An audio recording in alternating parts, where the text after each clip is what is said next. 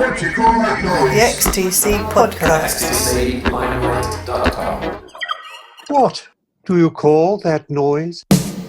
What do you call that noise?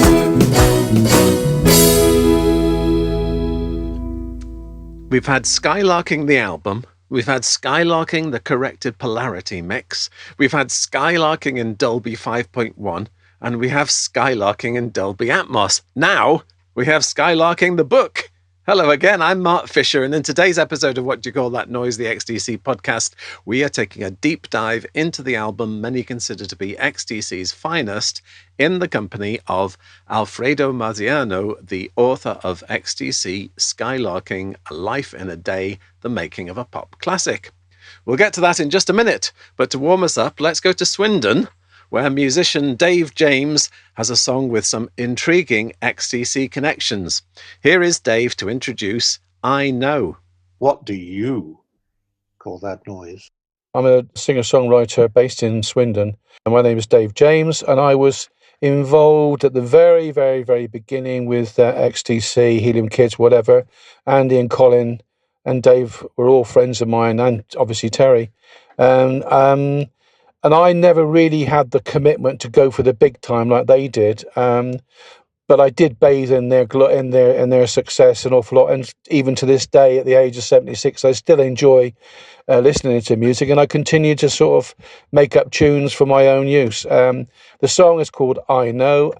Some say it sounds very much like XTC, but that's unintentional. It's just one of those ideas you get offered to you. You take it and you do what you can with it. But I am very proud of that. And I've always been very, very proud of Andy, Colin, and Dave's efforts, because I think they're incredibly talented, and it's a shame that the business is such it is. But anyway, I hope this is of some use to you. Thanks, bye-bye. I know there's something going on and I don't like it. Well, I know there's something going on when I'm not home. But they say the truth is painful when you hear it. But can someone tell me what is going on? I care if you want me, baby. It seems that it's always maybe. I never could get you on the phone.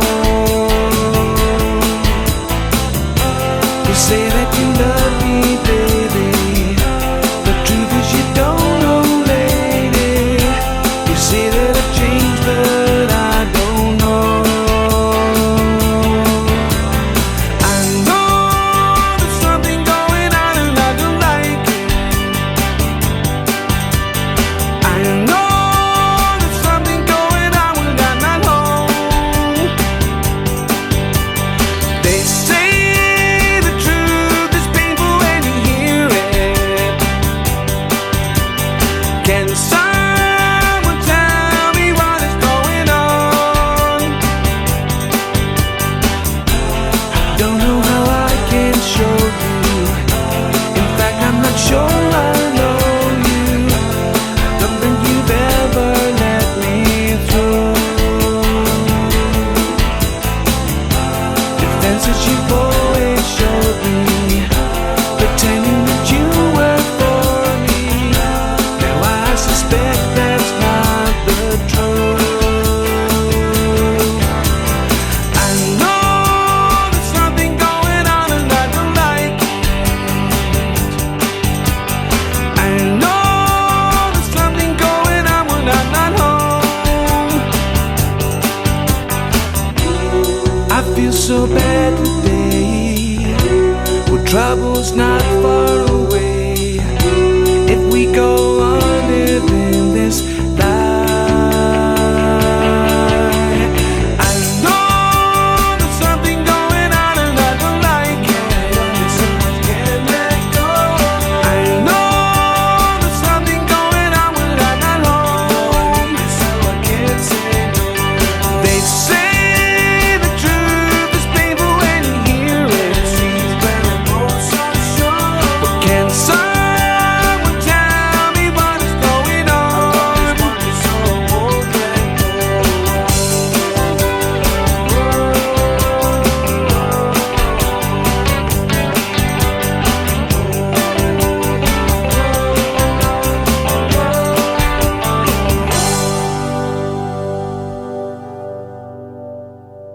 What do you call that noise? Thanks very much, Dave. You can hear that song again on Dave's album Legacy, which you can find on his Bandcamp page, which is Dave James 3. And I'll include a link to that in the podcast blurb. If you have an XTC-inspired song, just let me know at mark@xtclimelight.com. Recent episodes of What Do You Call That Noise, the XTC podcast, have put the spotlight on people such as Madison Cunningham, the Dukes of Stratosphere, the late Rick Buckler, Andy Partridge, you might have heard of him, Stephen Wilson and Dave Gregory. All of it takes time, and none of it would be possible if it weren't for the dedication of generous XTC fans on Patreon. Many, many thanks to all of those of you who have contributed to help keep this podcast keeping on. If you'd like to do the same, and I strongly encourage you to do so, all you have to do is to go to patreon.com/Mark Fisher and decide your level of support. There are 3 levels, and if you opt to be a knight in shining armor, I'll read your name out at the end of each episode. If you'd like to have a musician's eye perspective on XTC, check out What Do You Call That Noise, an XTC Discovery book. And you can find that at xtclimelight.com. And that's the place you can also find details of all of these podcasts. Now, let's get back to Skylarking. If you'd like to hear more about XTC's 1986 classic, this is the podcast for you. Start by going back to episode 30, which featured Jasmine Viette, who was the child singer on Dear God, as well as Ralph Lenini, who was Todd Rundgren's production and studio manager at the time. And in that episode, Ralph said, Jasmine had been singing all her life. She was, used to singing with headphones on, with microphones, singing with her parents. Her parents had a band, and super smart, super quick learner. So I didn't think of anyone else except her when they said they need a little kid. It was like, well, yeah, of course, Jasmine.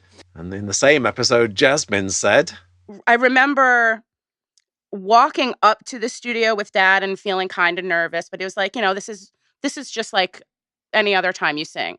This is just, people like your voice and they want you to just participate on their song, and nothing probably will happen with it. So just take it easy and relax and just be about having fun. So I was coming from it with no pressure. I had no clue what was going on.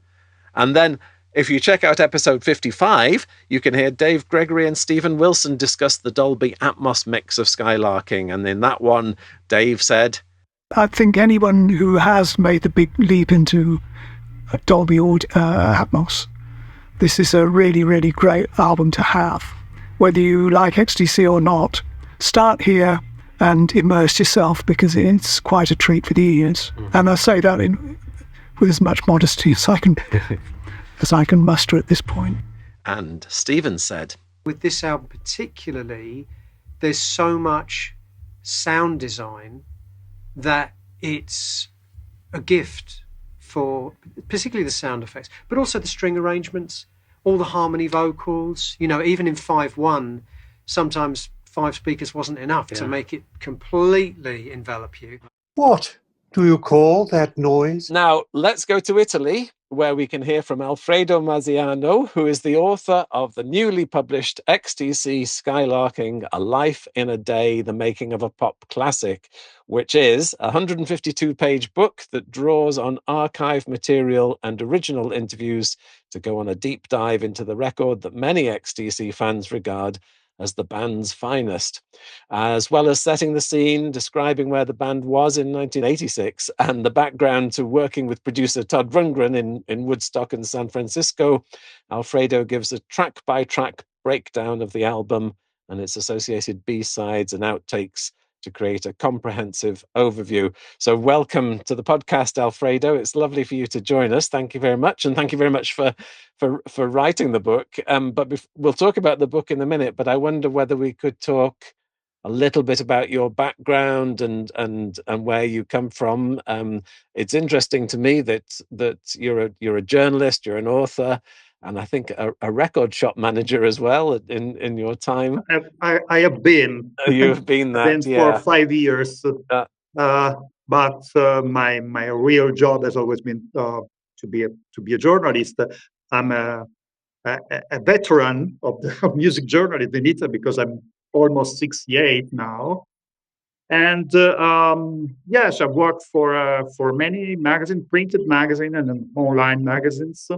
Uh, First of all, I worked for a trade magazine in Italy. It's a sort of Italian billboard. It used to be. Hmm. It's not. It's deceased, unfortunately. But I stayed there for maybe 13, 14 years. And I also work as a correspondent from Italy and from Southern Europe for some British trade magazines. That's called the Phono and NBI. That was called Music Business International. They were part of the Music Week Music Week group of magazines. Then I worked on one of the very first, maybe the first online music magazine. It's called rockcore.it. That's going to 36 years old in a few weeks. Hmm. And well, yes, that's my curriculum, my background, and I also work with some other magazines today for encyclopedias. I've written some books, two about Peter Gabriel. One in English too, with my publisher, colleague, and friend Luca Perazzi, who is also the publisher of the book about XTC with Lily Publishing. And as I said too about Peter Gabriel, I also wrote with a British man that lives in Milan, was called Mark Worden, two musical travel guides to the places of Beatles in Liverpool and London, and of Pink Floyd in Cambridge and London. These are in Italian language. The names that you've mentioned already, Peter Gabriel, I think you did something on Pink Floyd as well, didn't you? And Swinging London and Led Zeppelin and all in translations and so on, and of course XTC. It's all a lot of British bands. Did you grow up with a particular liking for British bands? I don't know. Yeah, I think I particularly speaking about British bands, I'm very interested in lyrics. Usually, I'm a bit more. I feel a bit more distant from American bands in terms of lyrics, because European sensibility, in a way, is something different. I also love the humor of many British bands. Anyway, I'm a big fan of the Summer of Love period of America, so I'm a great fan of Grateful Dead, Jefferson Airplane, and this kind of bands too. I love the band, so I love many American bands. But yeah, maybe English bands are more on my, on my list of preferred bands. And what about Italian bands? I've not been so much fond of Italian music when I was younger. I used to appreciate more now. Not particular rock bands, because I don't think it's exactly our language, Mhm. our natural or native language. We are more about singer-songwriters, maybe. And so there are some great, there have been some great Greek singer-songwriters in Italy, of course. But I'm more into rock, maybe. So I've always been a bit more about English and American artists.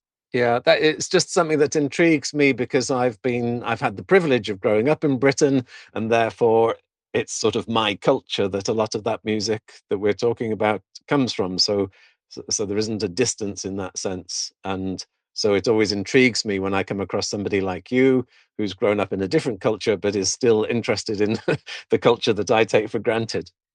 Yeah, it's a bit different to know why I was so caught up by this kind of music when I was 12 or 15. But Led Zeppelin was my first album, Led Zeppelin 3, was the first album that I bought when I was 13 years old.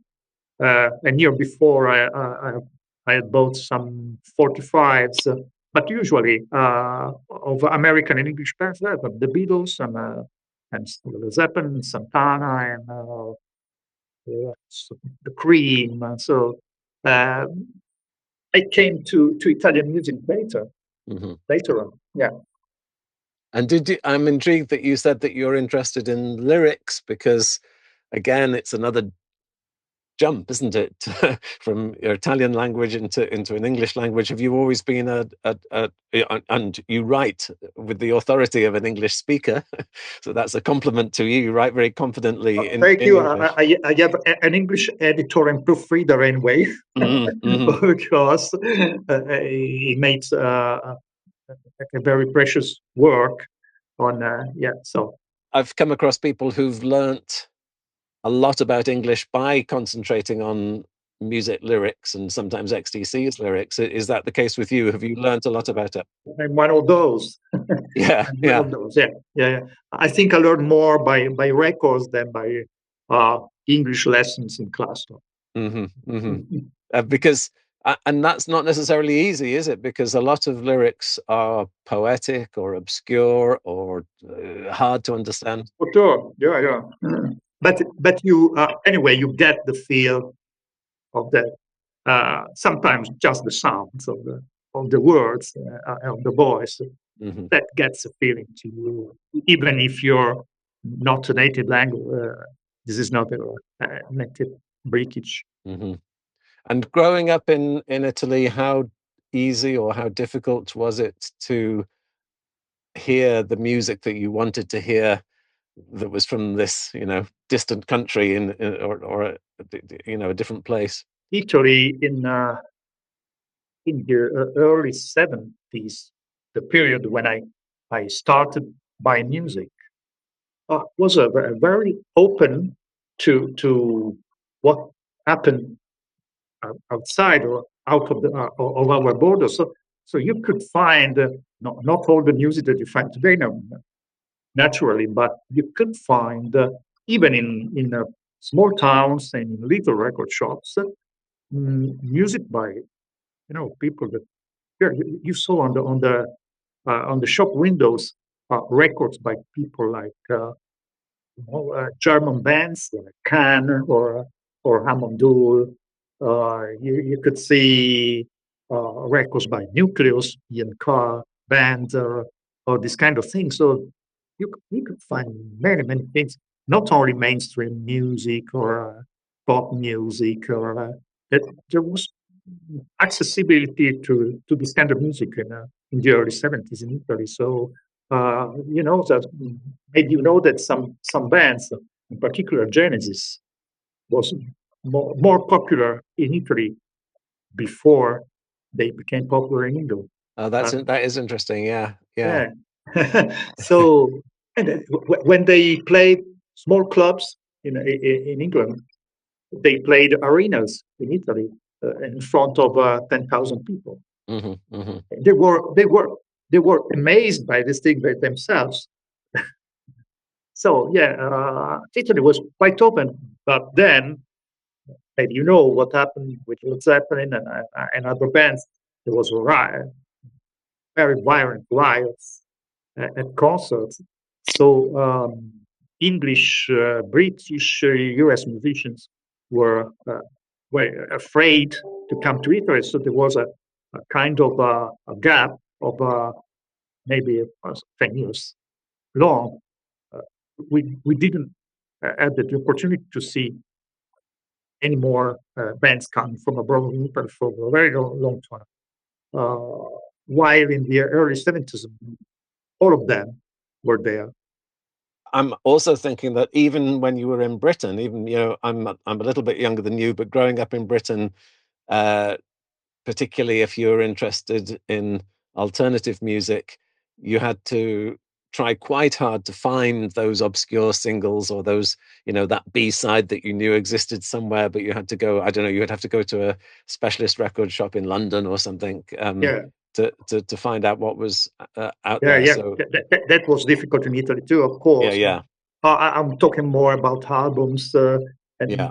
not going so specifically, so deeply into the catalogs of the group that you like. So, Yeah. sometimes we had some singles by Led Zeppelin. Maybe it was more. Maybe it was easier to find Led Zeppelin singles in Italy because they didn't release singles in the UK. Mhm. So, but anyway, I'm talking more about albums. So yes, of course, didn't have so many big record shops in Italy, Mhm. but even the small ones had a quite good stock of titles back then. So, what is your earliest memory of hearing XTC? My first memory, I was quite a late fan of XTC because I had read about them in especially the rock magazine in Italy. I had read about particularly Drums and Wires and Black Sea. But the first record that I bought was English Settlement. So it's 1982. Hmm. And then I went back and then I went on with all the other the stuff that came later and so never stopped. And maybe that's why I'm not particularly fond of the more melodic side of XTC. I was not quite in tune at the beginning with the more, nervy um, things of the very first records, the one with Barry Andrews and these kind of things. Yes, but I learned particular XTC from English Settlement on in particular. yeah, yeah. And you have a very similar story to me because my dad worked in a library. He was a librarian, and they had a music library as part of it. And he used to, he and the other librarian used to take it in turns to buy one of the music papers every week, every Friday when they came out, every Thursday when they came out. And he would bring back New Musical Express to me, and I would be reading all of this stuff, but not knowing what it sounded like. I didn't. It was music, as we were just saying, was not as accessible. We didn't have YouTube bus stop, but yeah. So I read about XTC like you before I actually heard them. It was a little bit before you. So 1979. And Drums and Wires was the first one that I did hear, but I'd read, I knew theoretically what they sounded like before, and I liked the sound of. I like the sound of what I read, I suppose. I was intrigued by that. Yeah, that's the same. That's the same for me. Yeah, Mm-hmm. Exactly the same. Yeah. And I'm thinking about English Settlement. It's an album that's very rooted in the countryside and the country, and again, for you as an outsider, it tells you a lot about life in Britain, in politically as well as musically and culturally and geographically. Did it seem quite exotic to you? Does it seem quite intriguing to you as an outsider from that point of view? I forgot to say that I'm a big fan of English folk rock music. Oh yeah. So I've always been so deeply into Fairport Convention, Richard Thompson. This is my favorite artist. Seen so many times. Well, I also know him personally, and something in those acoustic guitars and pastoral atmospheres of English settlement resonates me in mind a bit like those things, even if maybe is a feeble link, but something that was there. Yeah, no, that's a very strong link, I think, and yes, it's exactly the right album for you to come in. And I think it's true of a lot of XTC fans. If you were, for example, a fan of the music that you were just describing that you didn't like, the spiky, nervous early punk, then that could be your entry point. But if you're interested in something more, I don't know, orchestral, then you could come in with Apple Venus. I learned to appreciate it later. Maybe not so much the first two albums, but I like it. I surely love Drums and Wires and Black Sea. So you had an awareness of XTC before coming to write this book, but you chose Skylarking of all the bands and all the records by all the bands that you could have written a whole book about. You've chosen Skylarking. Why do you think that was? Oh, because the very first thing that was important for me was to have the actual musicians to speak with me about the record. So, as I said, I'm a big fan of Led Zeppelin, for example. I knew that Robert Plant or Jimmy Page or John Paul Jones wouldn't speak with me about their third or fourth album or whatever. I had a little hope that maybe because they're a bit out of the scene now, and there may be a little more time to dedicate to the other things. Andy, Colin, and Dave could have maybe the time and the will to cooperate with me on these things. So for me, that was the most important thing, that the musicians were there. I wanted the musicians to speak. I didn't want to write an essay or communicate my thoughts, in particular about the record. I wanted them to tell the tale. The readers want to have something new, I suppose, don't they? So it's, of course. Yeah. That's of course, and I know they are. Andy is a great storyteller. Mm-hmm. Is very imaginative in his synesthetic links between music and images and colors, and so and then maybe I thought it could give an input, a very, very interesting input. And the other guys too, they are very. They gave me very detailed information about what they played on which song and so on, and they have good recollections of that period too. So I wanted to give a fresh perspective of a story that's been told before. Mm-hmm. But there's a different perspective of time, a different perspective of thoughts. And so that was the reason why I wanted to, anyway, talk about one of my favorite records, but didn't want to be the main character of the story, just being behind the scene. And you could have chosen English Settlement. You've mentioned Drums and Wires. There are other XTC albums that you could have chosen, but you chose Skylarking. Yeah, maybe I thought that's the record that most interests people. Maybe not only the hardcore XTC fans. Otherwise, could have chosen maybe Non-Such. There's another record I fondly love. But so Skylark, there's the story about Todd Rundgren. Unfortunately, some people ask me, why isn't Todd Rundgren here with some new quotes and interview? Of course, I tried different occasions to get in touch with him, but I couldn't find him. I was very near to find Prairie Prince, the drummer on the record. We agreed to have a chat, but maybe I was busy with tours and so on, so he couldn't find the time to. And then I had the deadline, of course. Anyway, for me, the most important thing that the three main characters, the people from XTC, those who wrote songs and played the songs were there. And you did get to speak to Jasmine Viette, who was the child singer on Dear God, as well as Ralph Lenini, who was there as a studio manager or whatever his job was, as well. So there are other voices that you managed to get in there too. Yeah, Jasmine. I just found about her on Google and on Facebook. I thought it would be funny to have her story, her perspective of the story of the song. And she was very happy to collaborate, and she suggested to get in touch with Raz.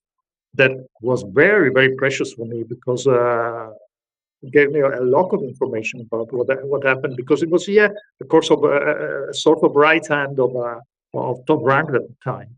So it was a token for him. So it gave me some very insightful information. And I think what I've discovered when both of those people have been on this podcast before, and what I've found talking to different people, including different, if you talk to Dave Gregory and you talk to Andy Partridge and you talk to Colin Moulding, you will get slightly different perspectives, sometimes considerably different perspectives about the skylarking in particular and what the atmosphere was like and so on. Yeah, it's like the old Kurosawa movie, you know. And I think your book reflects that. You don't mind including contradictory Yeah, statements. yeah. I did it deliberately. Yeah. Even some contradictions. I thought it was interesting to see this contradiction and leave what they said to me without checking too much who is right, who is wrong. That's what their side of the story. So, yeah. Yes, and the reader can then decide who they think is more credible or most likely, and in some cases maybe both people were right. They're just seeing the same story from a different perspective. And I think also having, Ralph Lenini being in the studio with Todd Rundgren, being a friend and a colleague of Todd Rundgren, I think gives a more benign picture of what it was like in the studio. And I think Dave Gregory also says it was quite a happy time for him anyway. And I think a lot of the conflict happened afterwards or towards the end of the session. From Andy's point of view. Even if there were some accidents during the recording session when they, when Colin and Andy drank that water that was infected, and so they put some stomach bugs or things like that, and then of course there was a quarrel between the two of them for a bass part on one of the songs. So they've been very frank anyway about speaking about that.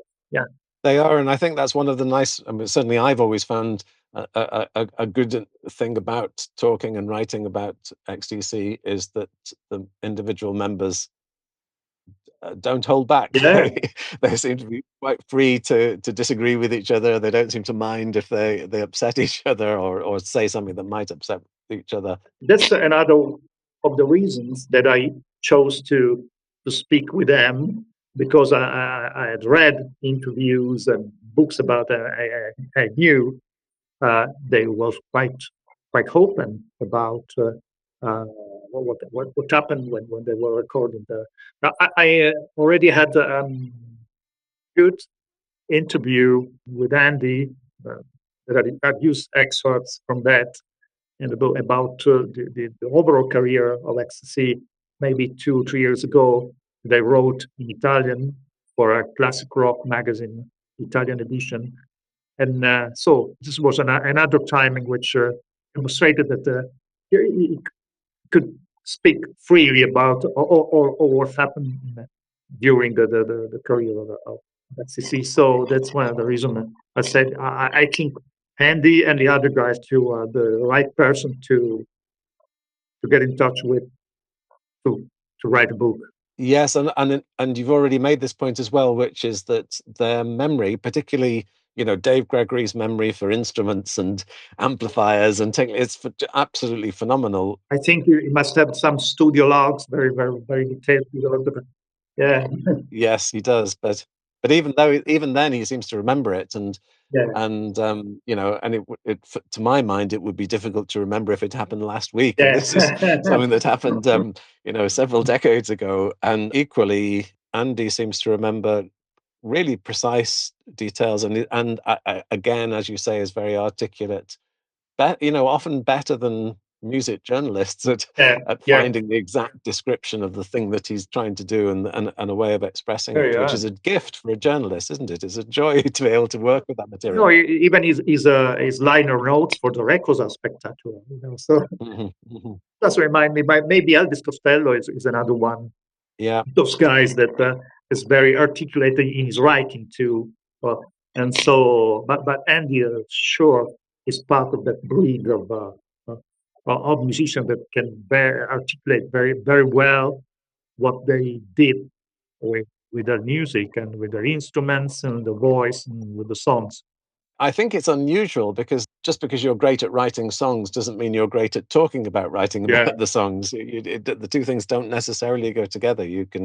A lot of musicians operate quite instinctively and from the heart rather than from the head. Yeah. In my long career, I've had the chance to to interview many artists, even great artists, and some of them, are more obscure, or can't exactly explain what we were talking about when they wrote the particular song, or so. So yeah. And is not part of the breed. Is a different kind of guy, and I had no the same experience before with Colin and Dave, but they were great too. In addition to all of the new material, you also have researched very thoroughly and carefully from, whether it's the liner notes of the CDs or other interviews that people have done. There was a lot of material that you have in addition to the new material, isn't there? Yeah, I owe very much, in particular, to the Showkills website. There's a incredible wealth of information on that, and in particular of very much to Todd Bernard, who made this song by song, very in-depth interviews. I have no space, no room for delving so deeply in every song, and so I used some of this information that you. I got in touch with Todd. I asked him, "Is it okay for you that I use this kind of information?" And so I transmitted excerpts and of what I use, and said, "Okay, so fine for me," because very very useful information that goes very deep in some of, not all, but some of the songs. In these interviews that they made for Amadeus, there was a MySpace blog, and then the other ones that you put on the complicated book. So that was very very useful for me. Then I try not to use so many other things because I had 150 pages, and I wanted to put in particular most of all of what I personally collected from these people. 150 pages seemed to be the right amount to you, or did you have lots of extra material that you would have liked to have got in, and were you cutting at the end? Or no, the material that I personally collected from the members of XTC is almost all there. So I think it's all done, and they used it the rest to give a picture of the thing. I didn't want to write a big essay about the record. I just wanted to let them talk about it. I don't have outtakes in a way. Not what they told me in particular. No. My interviews maybe were 1 hour and a half. Was for me a very good showing of generosity and availability from them. So they were very very kind and generous in their time and sharing the collection. So I'm very grateful to them for that. Yes, and even 150 pages is still 150 pages. It's a lot more than the most albums have written about them. So that opportunity to take that deep dive into the record is I think something that fans will really appreciate. Was the process of putting the book together and listening to the record and thinking about every individual track and thinking about all the B-sides, did it change your estimation of the record? Did it change the way that you thought about the record? Did you get bored with it? Did you like it more? No, bored, no, not at all. I listened to the record, of course, many times when I was writing, but more or less it was, I didn't know it very well, so no particular surprise for me. There was some in the deeper the deep cuts that I didn't remember so well. Yeah, of course, the ones that were not on the final record. Yeah, so. Yeah, maybe because there's in some more rougher form, I can't see another song taking the place of one of the songs that were on the final sequence. So I can see "Let's Make a Dan" as the first song of the side two. I prefer that the "Early Enough for Us" is there. So no, in this way, I didn't change my evaluation of the overall record. But of course, listening to Andy in particular, but the other guys speaking about what that particular sound, that people sound, meant to be in the place, or why the Swindon Hooter was there. I didn't know exactly what the Swindon Hooter was, and why and when they chose the full guitar for the solo of Super Girl. Well, that was very a bit of a surprise to me. It's getting more in depth to me about the record. So yeah, I have not changed so much my judgment about it's still one of my favorites, of course. Yeah. I suppose there is a thing that people sometimes say about being a critic, I suppose, which is that if your job is to write about music, or I also write about theatre, for example. So if your job is to write about theatre, then you are doing something as a job that most people do as a leisure activity. So you're using a bit of your brain that that other people don't necessarily, and the danger of that is that if you were a film critic, if you pick the film apart so much, and you think about camera angles, and you think about edits, and you think about narrative construction and so on, and rather than just enjoying it, you analyze it and analyze it and analyze it, and I know some people think, oh, that would just kill it for me because you become too analytical and it becomes too difficult. So I don't know if there was an equivalent for you with this where you got to know it too well, I suppose. You know what? You're right. When you first listen to a record like Skylarking, first of all, you are invested by it, but the emotional feeling of listening to it. But later on, like I did in this book, what I'm interested to is knowing the stories, the stories about the songs about the record. Nowadays, more and more, this is a thing that fascinates me about the music I've grown up with. Some stories I didn't imagine when I listened to the record. In '96, I was 29 years old, so I had no idea how many things were behind this kind of song. So knowing the stories for me, or going deeper into that is always fascinating. So I don't think that analyzing the music, the songs, and his record in particular, have I'm not more cynical about that than I used to be. No, not at all.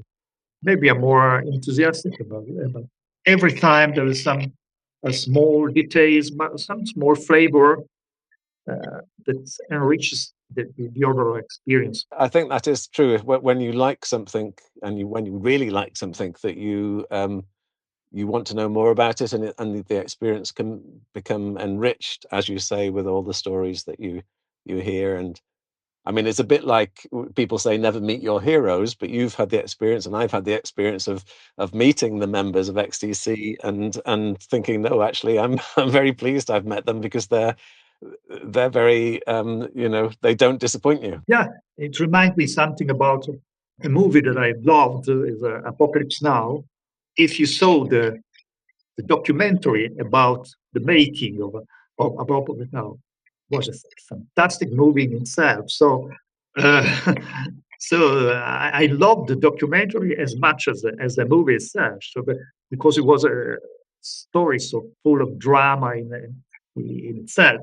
So, such as Skylarking is a story in a way full of drama and accidents and things happening, and inner dynamics and outer dynamics with other people. So sometimes the making of the documentary is as fascinating as the record or as the movie itself, as the product, as an artistic product itself.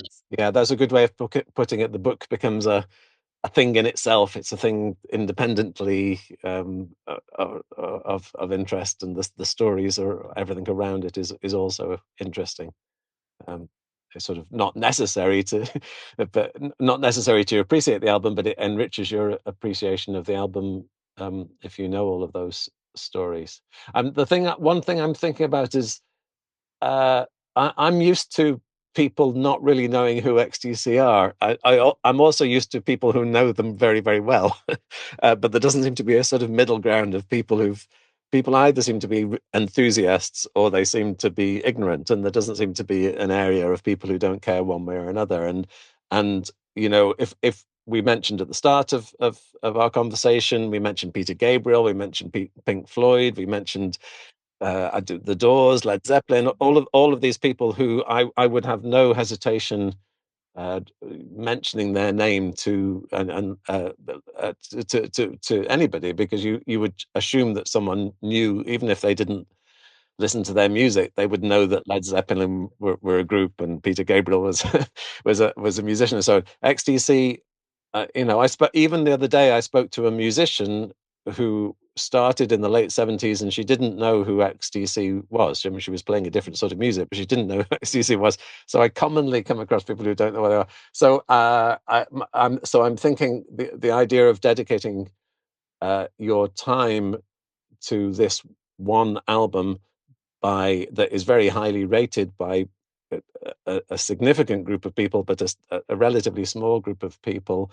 I wonder whether I suppose the simple question is, do you think it's underrated? Do you think more people should know about it? And would you like to draw more people's attention to it in the process of writing the book and putting that book, on the library shelves so future generations can find out about it? No, I thought about writing a book for the fans in the first place. Is the way that the book is built, is constructed, is for fans, because it goes into details about the single song. So I don't think that there's one person that's not particularly interested in XTC and doesn't know who they are could be attracted by this kind of a book. So no, I was in a way trying to to preach to the already converted peoples. No, no. Of course, I think that XTC, yeah, they would deserve greater appreciation and wider recognition. But anyway, in a way, a bit comforted by the fact that those records so frequently released, and a very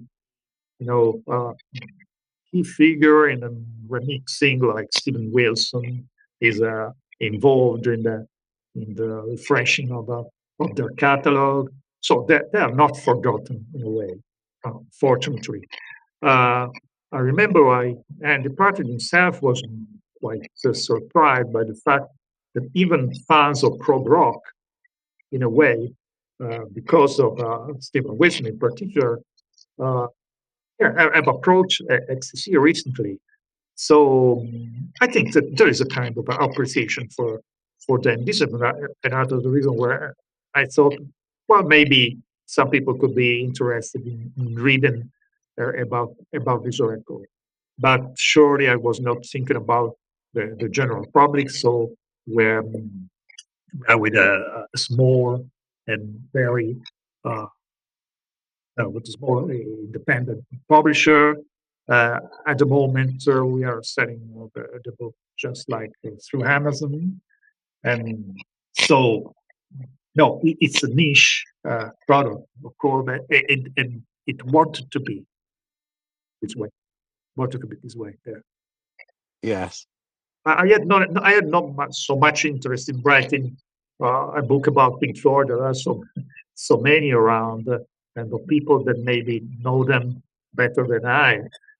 And so, no. The niche market for me, it's like the record shop that worked on for 5 years. But that's exactly what we were looking for. The niche market, the real fans of some groups, and not particularly the greatest groups of the world.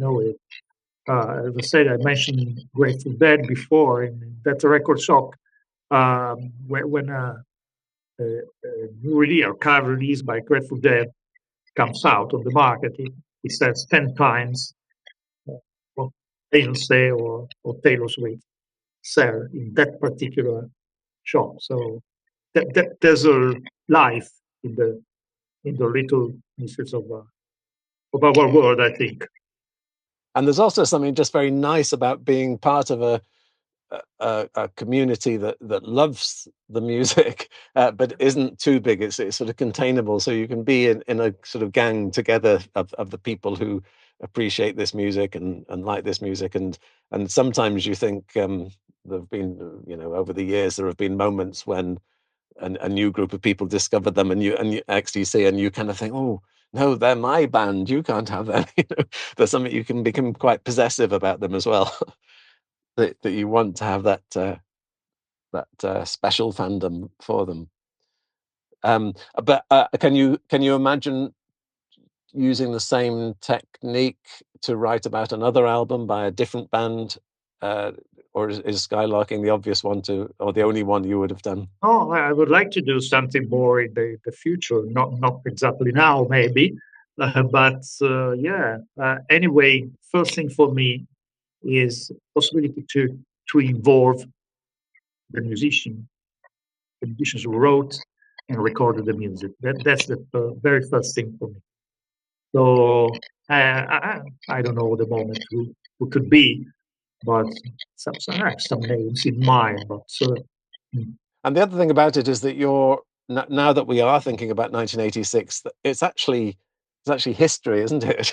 It's a bit of history that we've lived through, but it's recent history. But for anybody who was born in the 21st century, it's like this is a record that came out, maybe 20 years before they were even born. So it is looking back at a period of time that it's can only get further away from us. And so I think it's important to mark these things. And while, as you say, the musicians are around still to be able to talk and remember and be quoted about it, which is a great asset. They have a good memory, as we said. Well, thank you for writing the book, and thank you for talking about the book. And I hope in the niche market that you're going for, I hope it does very well. Thank you very much, Alfredo. As we were saying, for anybody who wants to get hold of a copy of the book, it's called XTC Skylarking, A Life in a Day, The Making of a Pop Classic, and it's available on Amazon and only on Amazon, and I recommend it. So thank you very much, Alfredo, and lovely to talk to you. Thank you. Thank you, Mark. It was a great pleasure for me. What do you call that noise? Thank you very much to Alfredo Marziano, as well as to Dave James for the music. And thank you to the many groovy podcast supporters on Patreon who include the following knights in shining karma: Terry Arnett, Kevin Burt, Lorenzo Ciacci, Cale Corbett, Liam Duggan, Jamie Dunn, Alison Eales, Jeff Farris, Mike Grafe, Robert Graham, Camille Henry, Stephen Hope, Alan Hughes, Rick James, Peter Kitchen, Marek Kraus, Jesper Kumberg, Robert Lawlaw, Adrian Loon, Liz Lynch, Murray Meikle, Yusuf Murrah, Max Nyaho, Amy Parkinson, Tim Parsons, Gail Ramage, Mark Reed, James Reimer, Jaime Rustamora, Michael Sutcliffe, Steve Swift, Mark Thomas, Nigel Waller, John Wedemeyer, Lucy Verbitsky, and Martin Whitley. That is all for this time. Looking forward to joining you again next time. Thanks for listening.